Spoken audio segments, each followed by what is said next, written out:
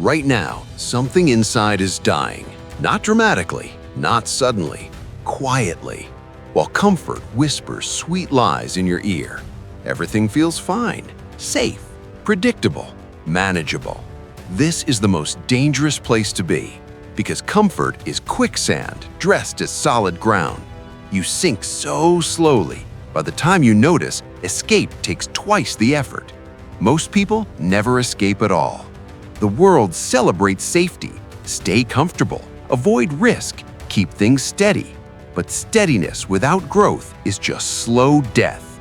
Every day spent inside the comfort zone costs dreams, costs potential, costs the life you could have lived.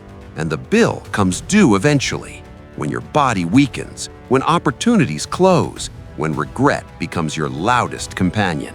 The uncomfortable truth: comfort killed more dreams than failure ever did. Failure at least means you tried. Comfort means you surrendered before the fight began.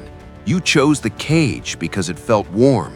Now the bars are invisible, but you still can't move. Wake up.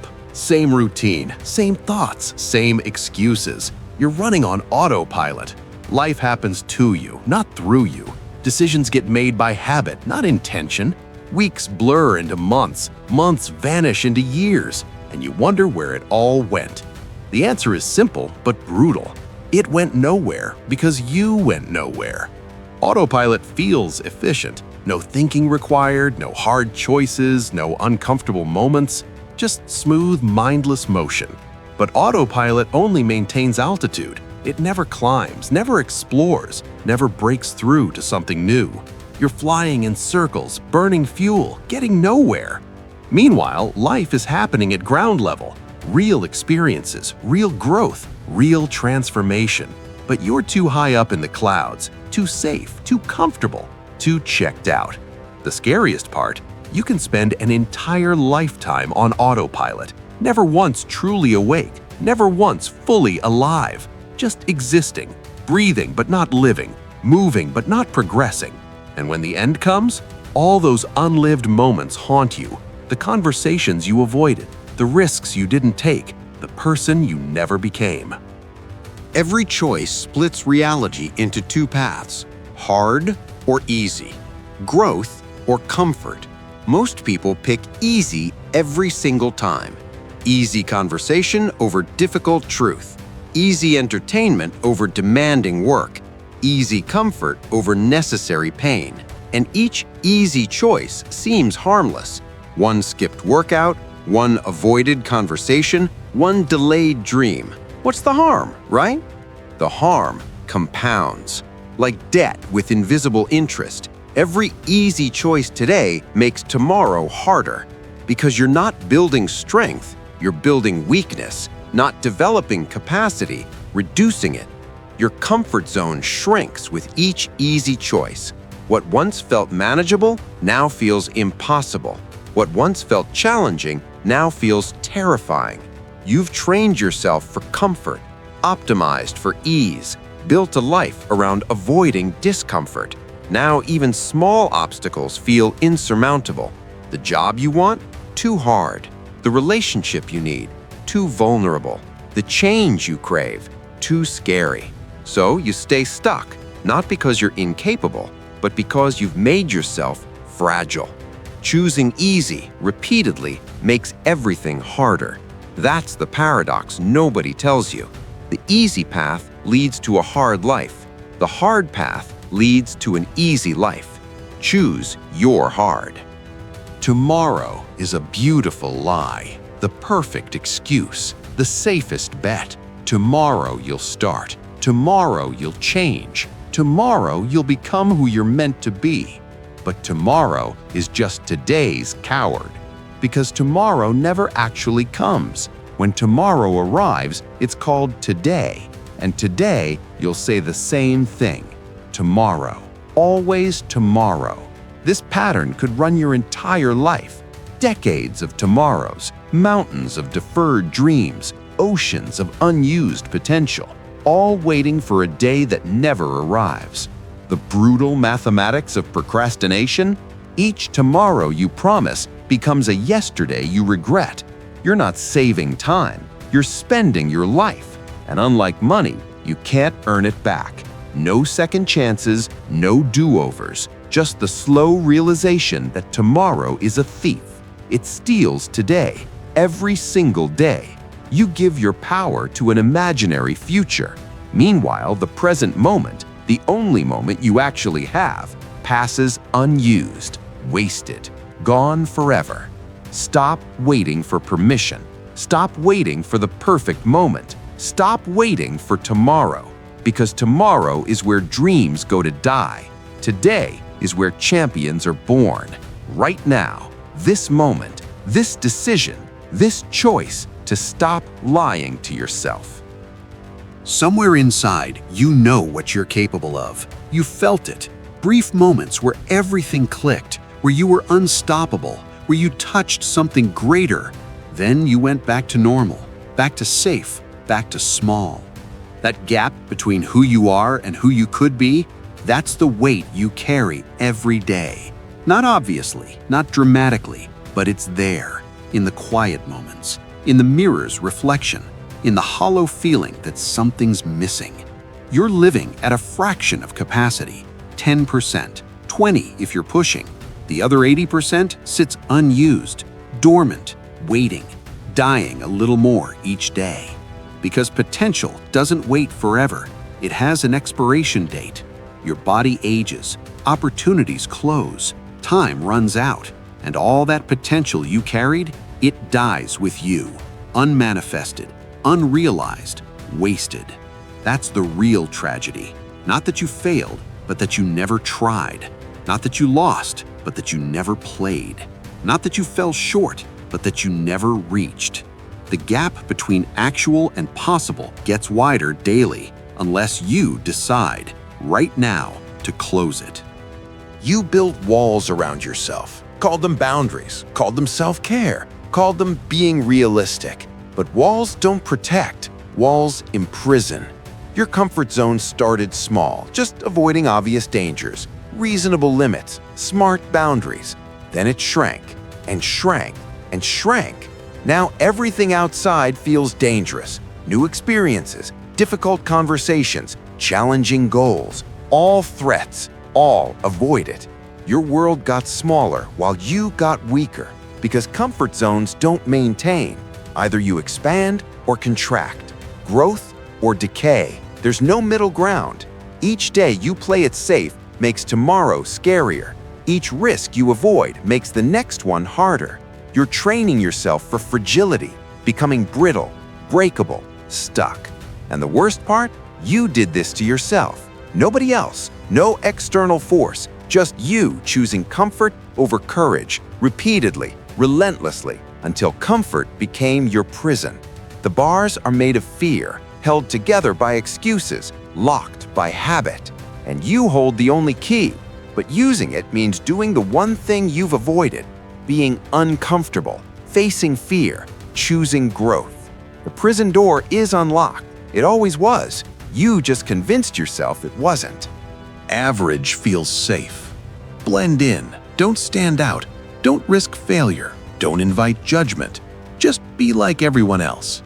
This is suicide by 1,000 cuts, because average is a slow death. It's choosing to be forgettable, replaceable, invisible. You tell yourself it's humility. It's not. It's fear. Fear of being seen. Fear of being judged. Fear of falling short. So you aim low, hit low, stay low. Meanwhile, your soul screams, begging for more, for challenge, for growth, for significance. But you silence it, bury it under distractions, numb it with comfort, ignore it until it stops screaming. That's when you know you've lost, when the voice goes quiet, when you stop wanting more, when average feels acceptable. Most people reach this point and never leave. Entire lives lived in mediocrity's shadow, never rising, never shining, never becoming, just existing in the middle, safe, comfortable, dead inside. Because mediocrity isn't neutral, it's a a daily decision to accept less than possible, to settle, to surrender, and each day of settling makes excellence harder to reach, until eventually you can't even see it anymore. You're waiting for something, the right circumstances, the perfect timing, the ideal conditions. Then you'll start, then you'll push, then you'll become. But that moment never comes because you're creating impossible standards, moving the goalposts, building excuses disguised as logic.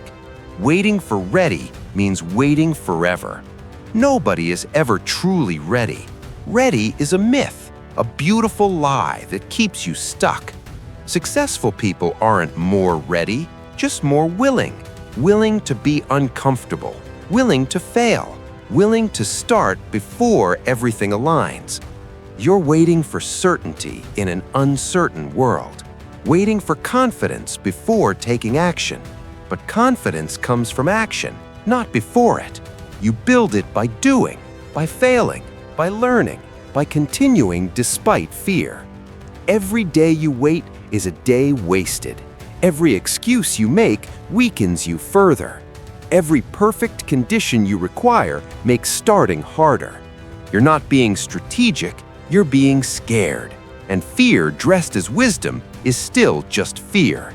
Stop waiting for the stars to align. Stop waiting for permission. Stop waiting for ready, because ready is now or never.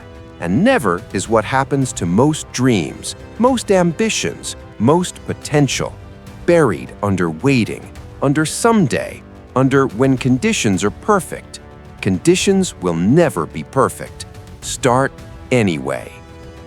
Your mind is under siege. Notifications, news, drama, noise, constant, relentless, overwhelming. And you've surrendered, given up control, handed your consciousness to algorithms, your awareness to strangers, your focus to whoever screams loudest. This isn't accidental. It's designed, engineered to capture, to hold, to addict. And it's working. You can't sit with your own thoughts anymore. Can't focus for more than minutes. Can't create without consuming first. Your mind has become a battleground, and you're losing. Because every distraction is a tiny theft, stealing seconds, minutes, hours, years. Stealing your ability to think deeply, to focus intensely, to create meaningfully. You're becoming shallow, scattered, fragmented, a collection of interrupted thoughts, half-formed ideas, abandoned projects. And the cost is your life's work, the thing you could have built, the person you could have become, the impact you could have made, all traded for dopamine hits, for temporary comfort, for mindless scrolling. Your greatest weapon is your mind, but you've turned it into a battleground where distractions win every single day. Reclaim it or lose everything that matters. Nobody is coming to save you. No mentor, no opportunity, no perfect circumstance. Just you. Your choices, your actions, your results. This terrifies most people because it removes excuses, eliminates blame, destroys the comfort of victimhood. If everything is your responsibility, you can't hide, can't deflect, can't wait. You either act or accept the consequences. And consequences don't care about your feelings, your intentions, your potential. Results are all that matter. Did you do the work? Did you make the choice? Did you take the step? Yes or no? Simple, brutal, fair. Most people prefer complexity, nuance, circumstances beyond control, because complexity provides hiding places, nuance creates excuses, circumstances shift blame. But at the end of the day, your life is yours. Nobody else is responsible for it. Not your parents, not your boss, not the economy, not bad luck. You. Only you.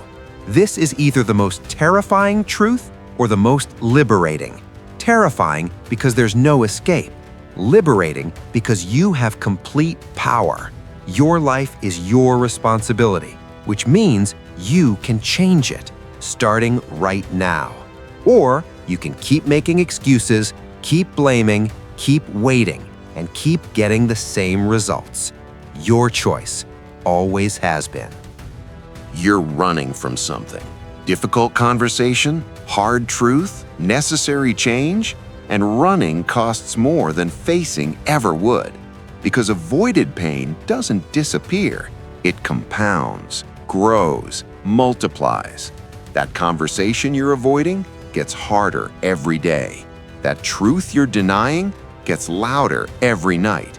That change you're postponing gets more necessary every moment. Pain delayed is pain doubled. You pay interest on avoidance, and the bill always comes due. With interest, with late fees, with consequences you can't ignore forever. Most suffering comes from avoiding smaller discomfort. You avoid the gym, then suffer poor health. You avoid difficult conversations, then suffer broken relationships. You avoid hard work, then suffer mediocre results. The pain you choose is always less than the pain you avoid. Always. Because chosen pain is temporary. Avoided pain is permanent. Chosen pain builds you stronger. Avoided pain makes you weaker. Chosen pain ends. Avoided pain never stops. Stop running. Turn around. Face it. Whatever it is, the conversation, the truth, the change, face it now while it's manageable, before it becomes unbearable, before avoidance costs everything, because it will, eventually, always does. You've built a story about yourself, who you are, what you can't do, where you belong. And this story has become your cage, because stories become beliefs, beliefs become actions, actions become reality. You're living inside a narrative you wrote years ago, when you were younger, weaker, more afraid. But you keep telling it, keep believing it, keep living it, even though you've outgrown it, even though it no longer serves you, even though it's killing your potential. You say things like, "That's just how the situation is. This is just who circumstances made. Some people are just different." These statements aren't truth. These are prisons, self-imposed limits, excuses masquerading as identity. You're not fixed, not limited, not defined by your past, unless you choose to be. And most people choose to be, because changing identity is uncomfortable, requires admitting you were wrong, requires letting go, requires becoming someone new. Easier to stay the same, to live in the familiar cage, to die without ever knowing what was possible. But you can rewrite the story, change the narrative, become someone different starting today. Right now, this moment. All you have to do is decide, then act like the person you want to become, repeatedly, until the new story becomes true. You know what to do, probably have for years, read the books, watched the videos, learned the strategies, but knowing changes nothing. Doing changes everything. And there's a gap between knowing and doing, between should and is, between intention and action. This gap destroys more dreams than ignorance ever could, because ignorance can be fixed, learn, study, grow, but knowing without doing? That's pure waste. You have the map, but you won't walk. You have the tools, but you won't build. You have the knowledge, but you won't apply. Why? Because execution is hard, requires discipline, demands consistency, needs courage. And most people prefer comfortable knowing over uncomfortable doing, prefer being a student over being a practitioner, prefer planning over executing. But plans without action are fantasies. Knowledge without application is trivia. Potential without execution is nothing. The world doesn't reward what you know. It rewards what you do. And you're doing nothing, collecting information like trophies, building libraries of unused knowledge, hoarding strategies you never implement. Meanwhile, less informed people are winning because execution beats perfection. Action beats analysis. Done beats perfect every single time. Close the gap. Stop learning. Start doing. Now. Something happened to you. Maybe many things. Unfair, painful, wrong. And you have every right to feel hurt. But hurt isn't a lifestyle. Victimhood isn't an identity. The past doesn't have to define your future unless you let it. Most people let it, build entire lives around what happened, what was done, what was taken. This isn't strength, it's surrender. Because victim mentality gives away all your power, makes you reactive, makes you helpless, makes you stuck. You can't change the past, can't undo what happened, can't make it fair. So you have two choices: stay there or move forward. Staying there feels justified. You were wronged. You deserve sympathy. You have explanations. But justified doesn't equal effective. Sympathy doesn't build your future. Explanations don't create results. You can be right about what happened and still lose, still waste your life, still die with regret. Or you can take responsibility, not for what happened, for what happens next. This isn't fair. Life isn't fair, but it's yours. Your one life, your one chance. You can spend it as a victim or as a warrior. Victims blame, warriors build. Victims complain, warriors conquer. Victims wait for justice, warriors create their own. Which one are you? Which one will you become? You're measuring yourself against everyone else, their success, their progress, their wins, and destroying yourself in the process. Because comparison is poison. It steals joy, kills motivation, creates resentment. You see their highlight reel, compare it to your behind the scenes, then feel inadequate, less than, behind. But you're comparing incomparables, different starting points, different paths, different definitions of success. You're running your own race against your own potential toward your own goals. Their progress doesn't diminish yours. Their success doesn't limit yours. Their wins don't mean your losses. Yet you torture yourself daily, scrolling, comparing, suffering, wondering why you're not there yet, why you're not doing better, why you're not enough. This is self-inflicted violence. You're the weapon and the wound. Nobody else is doing this to you. You're choosing it. Every time you compare, every time you measure, every time you judge yourself against others, stop. The only comparison that matters is you versus yesterday. Are you better today than you were? Did you grow? Did you improve? Did you take one step forward? That's all that counts. Your journey, your progress, your growth, not anyone else's. Eyes on your own paper. Run your own race. Build your own life. You want results without effort, transformation without discomfort, success without sacrifice. This is fantasy, dangerous fantasy, because it keeps you hoping instead of working, wishing instead of building, dreaming instead of doing. Real change requires discipline, boring, unglamorous, daily discipline. Not inspiration, not motivation, not feelings, discipline. Showing up when you don't want to, doing the work when it's hard, staying consistent when it's boring. This is what separates winners from wishers. Not talent, not luck, not circumstances. Discipline.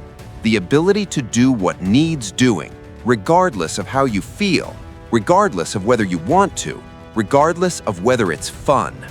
Most people are discipline deficient, operate on feelings, work when motivated, rest when tired, quit when it's hard. This produces exactly what you'd expect: mediocre results, unfulfilled potential, wasted life. You don't need more inspiration, don't need more information, don't need better circumstances. You need discipline, the willingness to suffer for your goals, the strength to endure discomfort, the courage to keep going when everything hurts. Build this daily, in small actions, in hard choices, in moments when quitting feels easier. Because discipline is a muscle. Either you build it or it atrophies, and without it, nothing else matters. Fast forward decades from now, you're older, weaker, running out of time.